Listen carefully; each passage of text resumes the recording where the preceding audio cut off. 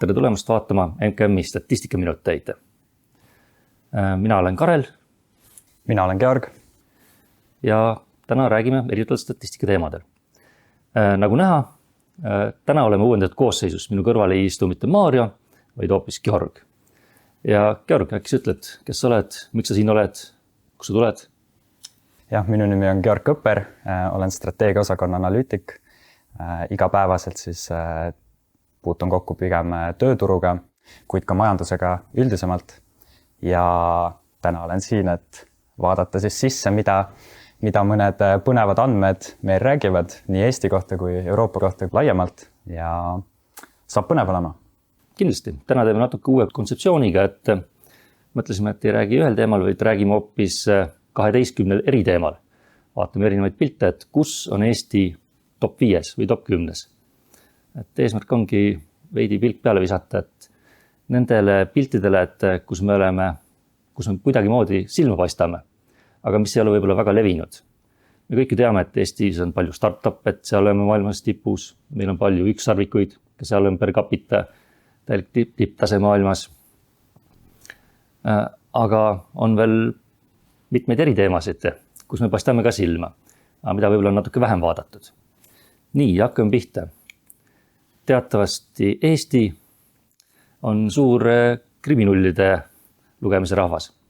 Ja ka meeldib eestlastel telekast kriminulle vaadata. Aga kus krimisaadetega käivad kindlasti ka mõrvad. Ja siis, kus me oleme siis mõrvastatistikas Euroopa Liidu liikmesriikide hulgas. Ilusti top 5. Et kuigi viimase paari aastaga on meil tahtlikud mõrvad kukkunud pea 2 korda, standardiseeritult arvutades, siis oleme ikkagi 4. kohal. Balti riikidest oleme küll 3, aga pigem need Kesk-Euroopa riigid jäävad päris kaugele. Et Georg, siin väga üllatav, kes sulle on? Jah, minu jaoks on see päris üllatav joonis. Pean tunnistama, et olen tegelikult varasemalt ka seda näinud, et Balti riigid seal tipus on.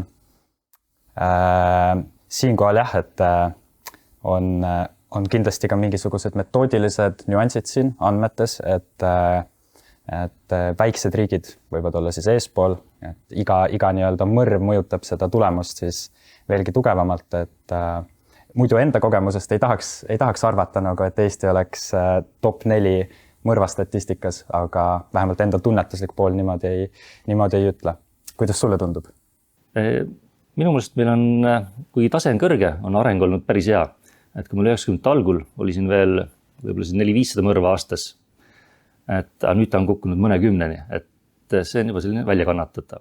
Aga mis mulle siin graafikult silma hakkab esimesena on see, et tuntud maffiariik Itaalia on eelviimane.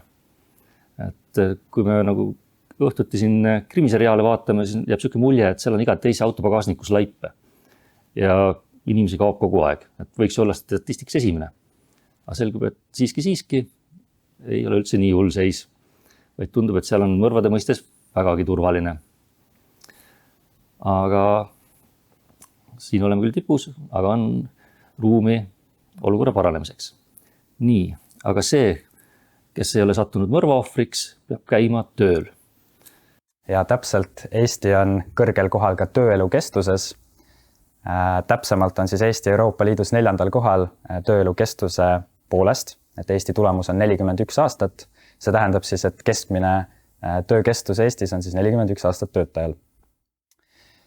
Kui me nüüd võrdleme aastaga 2000, oli Eesti tulemus 33 aastat ja aastaga 2015 oli Eesti tulemus 37 aastat. Seega me näeme, et viimase 25 aastaga on tegelikult tööelu kestuses toimunud suur areng. Paranenud on nii töökeskkond, tööohutus, kui ka nii-öelda on näha ka, et arengutega on kaasas püsitud ja ajas pidev areng toimunud. Ja, minu meelest see on ka väga ilus dünaamika, et seda toetab kindlasti ka pikem eluiga, rohkem tervena elatud aastaid ja olemegi jõudnud tööelu mõistes Põhjamaade hulka. Kui vaatame tabeli lõppu, seal need Rumeenia, Itaalia, seal töötatakse kuskil 10 aastat vähem. Et statistika järgi, võimalik, et seal nagu väljapool statistikat tehakse veel tööd edasi ka, aga aga vahe on ikka tegelikult märkimisväärne. Ja miks oluline on, et töötav inimene on ka see, kes rikkust toodab. Et kui pikemas perspektiivis ette vaadata, siis mida kauem tööl suudetakse käia, seda rohkem jõukust on ka oodata riiki. Ja kui vaadata tabeli ülemist otsa, siis ongi ju tegelikult rikkad riigid meist eespoole, et Holland, Rootsi, Taani, et sinna me soovimegi jõuda. Aga kes tööl käib, peab ka lisandväärtust tootma. Siin meil pilt nii rõõmustav võib-olla ei ole. Et kui keskmine teenustes on meil lisandväärtus Euroopa Liidu keskmine lähedal, siis kus me maha jääme töötlevas tööstuses. Et see on nüüd 2023 aasta andmed ja siin oleme altpoolt 5. kohal Euroopa Liidus. Lätis on lisandväärtus töötaja kohta veelgi madalam, veidi kahjurõõmu teeb, aga Leedus on juba parem meist. Ja Põhja-Euroopa riikidest me jääme ikka juba peaaegu 3 korda maha. Et see on koht, kus on meil väga kõvasti arenguruumi. Et eks siin põhjuseid ole mitmeid. Et üks on see sektori struktuur on meil võib-olla teistsugune. Meil on endiselt rohkem tehakse tööd ise. Et kui vaatagi seal ülemal otsas on, esimesel kohal on kohe Iirimaa. Ega seal tegelikult Iirimaal neid tunkedes mehi või pingooperaatorid liiga palju ei ole, et seal pigem on statistiliselt neil lisandväärtus suur, et sealt lihtsalt liiguvad tooted paberi peal läbi. Aga edasi Rootsi, Soome, Holland, et seal tehaksegi kõrgem lisandväärtusega tööd, et lihtsamad protsessid ostetakse sisse, kas Eestist või Baltimaadest ja ise tehakse kallimaid ja arendustöid. Aga see on kindlasti koht, kus me peame vaatama, et kuidas seda tootlikus töötaja kohta kasvatada, et meil on seal üle 100 000 töötaja sektoris ja ei tahaks nagu nende potentsiaali lihtsalt raisku lasta. Või kuidas sul tundub?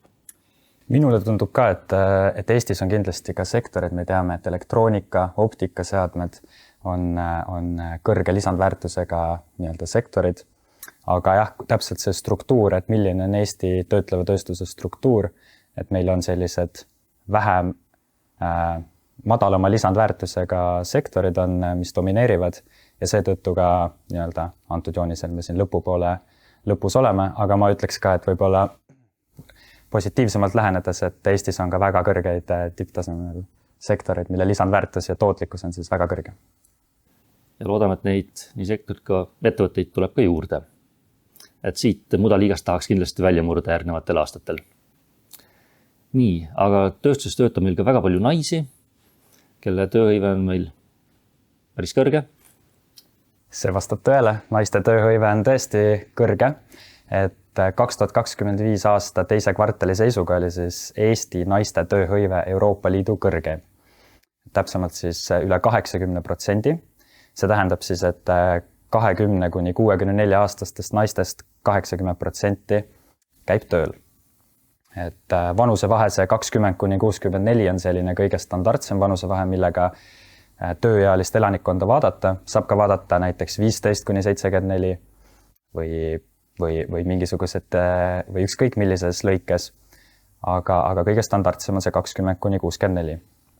Ja me näeme, et Eesti püsib kõrge, me näeme Balti riigid tervikuna on tegelikult ka päris kõrgel. Me näeme ka Põhjamaad on kõrgel, et see on Soome on võib-olla kohati üllatab, et ei ole nii kõrgel kui ootaks, aga samas midagi halba seal ei ole.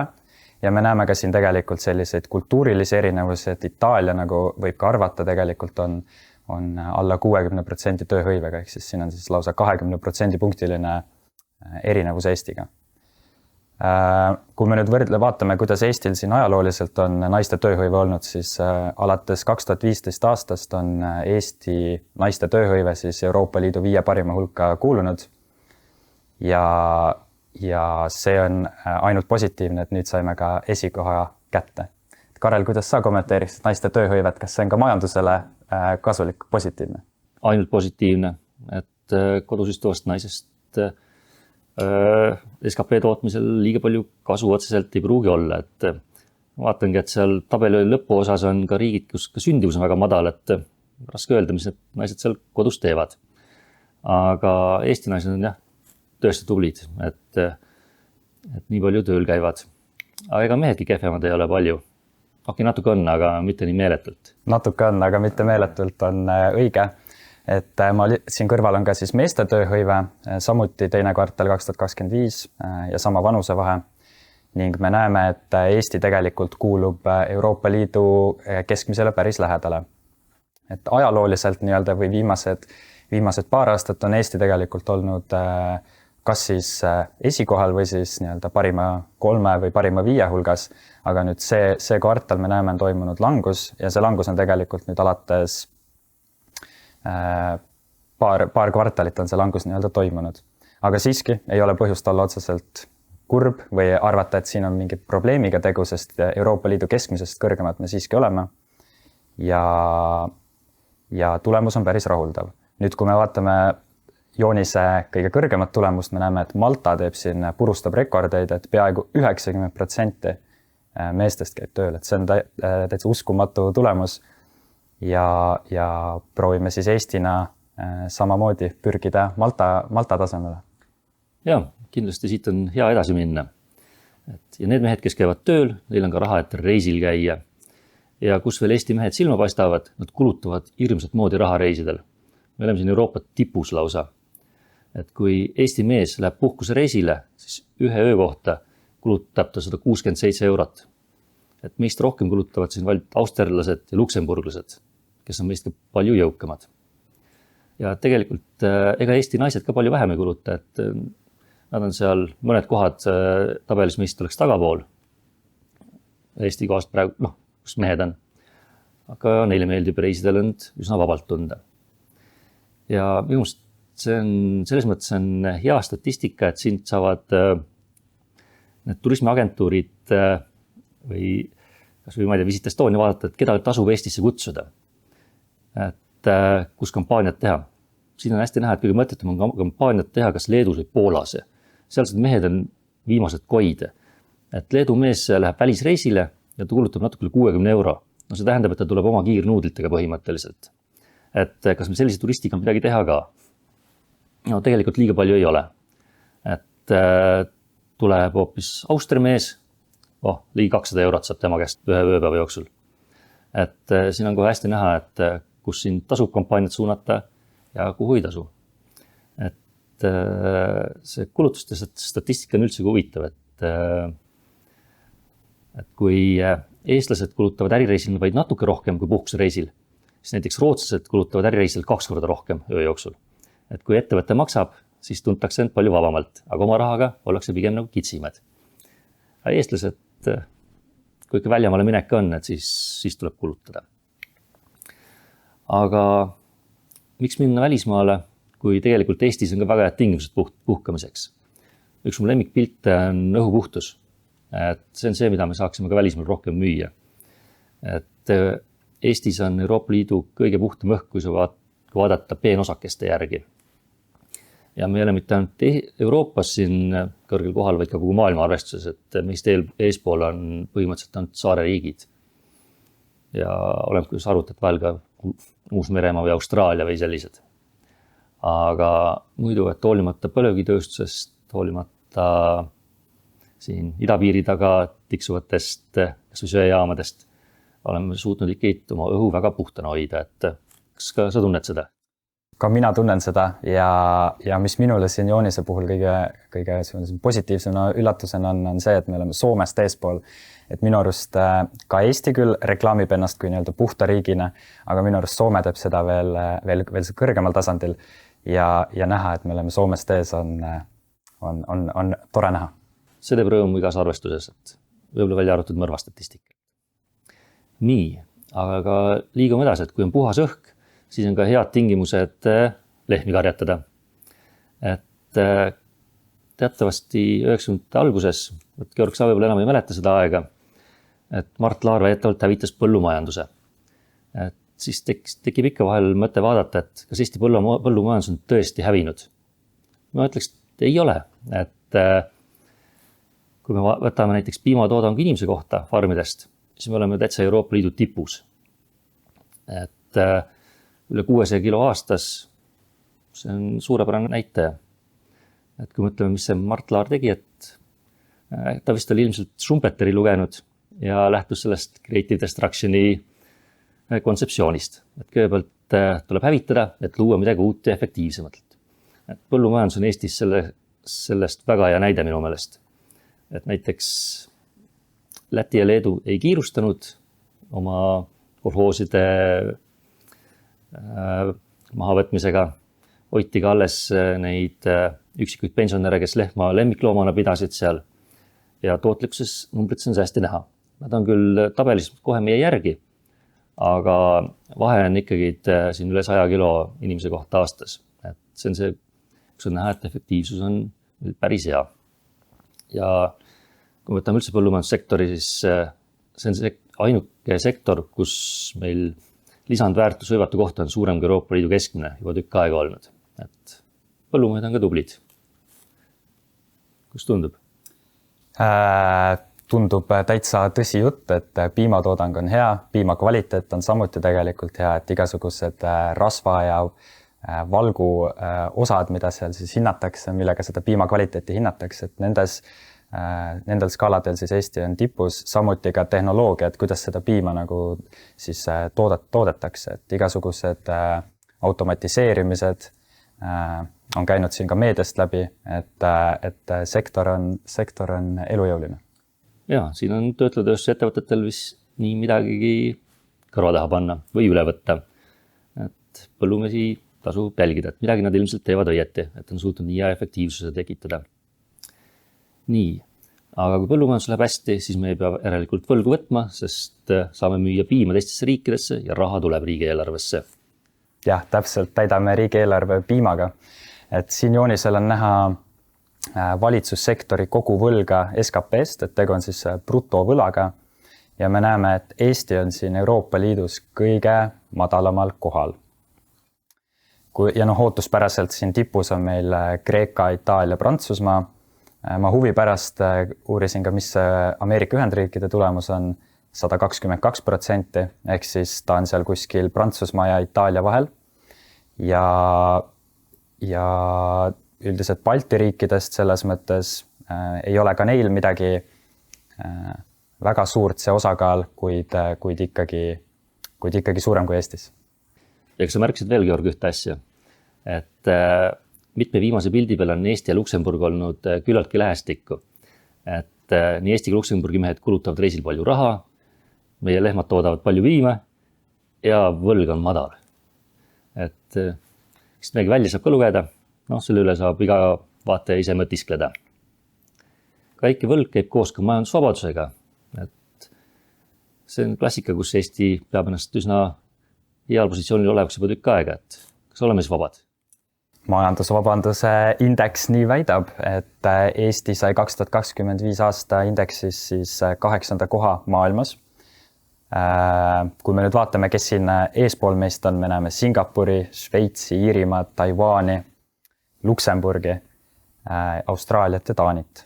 Et Eesti on 8. kohal. Ma vaatasin ka, kus asuvad Soome, Leedu, Läti, et nendest me oleme kõigist eespool.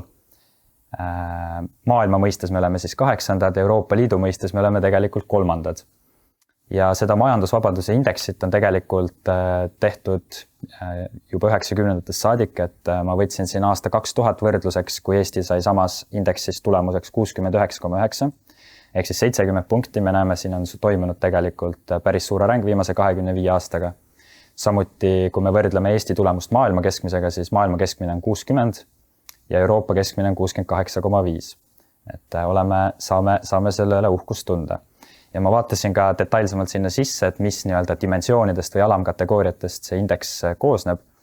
Ja sealt tuli välja siis, et on õigusriik, nii-öelda avalik sektor, regulatsioonide tõhusus ja siis vaba turg. Ja kõigis tulemustes, nagu võib ka oodata, olid tulemused head, aga kus nüüd oli nõrgem, oligi avalik sektor.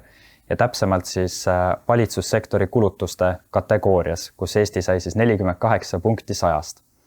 Et seal siis vaatasin sisse, mida see tähendab ja selgus, et Heritage'i metoodika alusel neil on siis printsiip, et kui avalik sektor nii-öelda peab sekkuma turgu, et siis see on automaatselt negatiivne. ehk siis nad on võtnud arvesse valitsussektori kulutused SKP-st, ehk siis mitte ainult nii-öelda ministeeriumi tasandil, vaid ka nii-öelda allasutuste tasandil. Ja sinna alla lähevad siis kõik töötus, kindlustushüvitised, pensionid, tervishoid ja kõik see. Ja siis seal on siis tulemus nüüd hästi madal. Aga samas tekib teiselt poolt küsimus, et kui me nüüd seda vähem rahastame, et siis heaolu ju ka langeb. Et kuidas siis selle tasakaal leida ja see on selline asi, mis siis sealt siis välja tuli, et Heritage'i poolt on seda rõhutatud.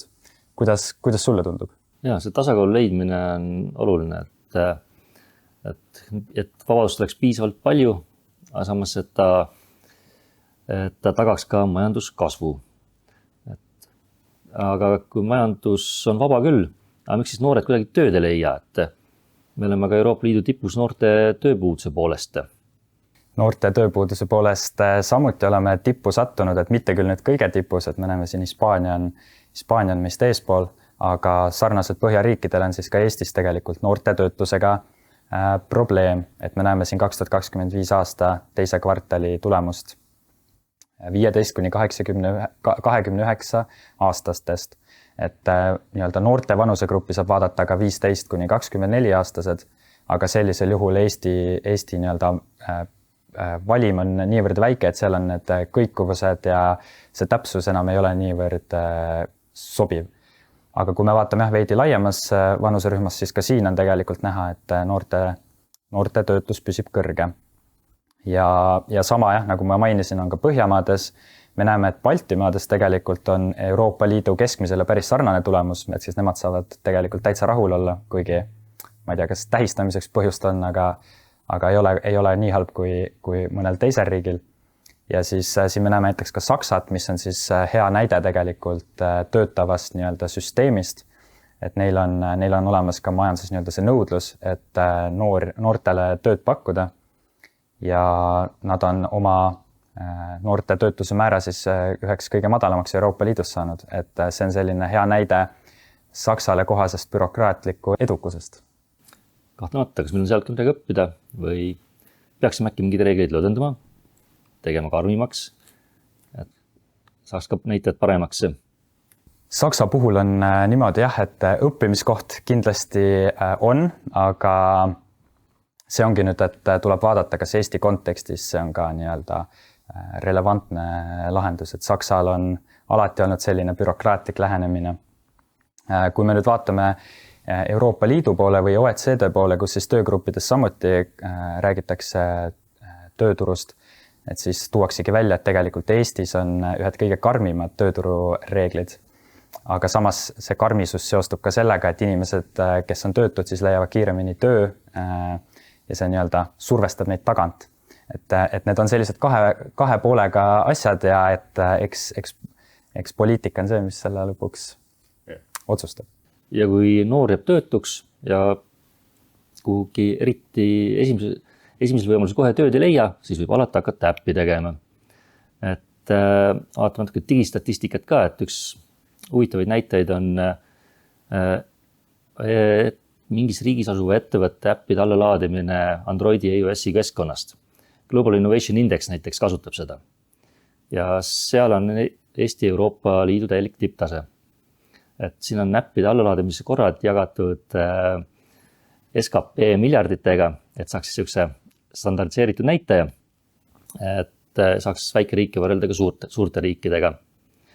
Ja nagu näha, Eesti on ikka digimaailmas endiselt tegija, et kuigi vahel me kahtleme, et kas Eesti on enam digitiiger ja et võib-olla mingid protsessid on hakanud lonkama, siis tundub, et vähemalt eraettevõtetel praegu veel läheb hästi. Et meist eespool on Küpros, mis on teatavasti nii maksu kui juriidika paradiis, et päris kõiki reegleid ei sealt üle võtta, aga toimekatest riikidest oleme me esimene.